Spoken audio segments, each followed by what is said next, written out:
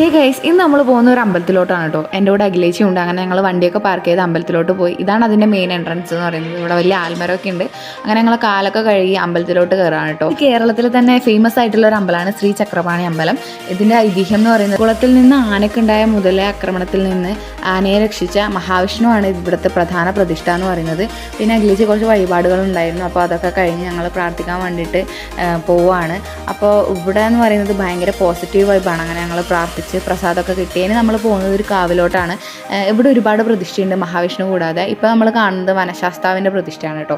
അപ്പോൾ നമ്മൾ ഇവിടെയും കൂടെ പ്രാർത്ഥിച്ചു. പിന്നെ ദുർഗാദേവിയുടെ പ്രതിഷ്ഠയുണ്ട്, ഗണപതിയുടെ പ്രതിഷ്ഠയുണ്ട്. അങ്ങനെ ഞങ്ങൾ അവിടെയൊക്കെ കണ്ട് പ്രാർത്ഥിച്ച് നമ്മൾ അവിടെ നിന്ന് ഇറങ്ങി. ഇവിടുത്തെ ചുമർ ചിത്രങ്ങളായാലും ശിലകളായാലും അമ്പലത്തിൻ്റെ ആർക്കിടെക്ചർ ആയാലും അടിപൊളിയായിട്ടോ കാണാം. ഇതാണ് അമ്പലക്കുളം. അത് കഴിഞ്ഞ് ഞങ്ങളൊരു ചായ പിടിക്കാൻ പോയി. അപ്പോൾ വടയും ചായയൊക്കെ കഴിച്ചു. എന്നിട്ട് നമ്മൾ വീട്ടിലോട്ട് വിട്ടു.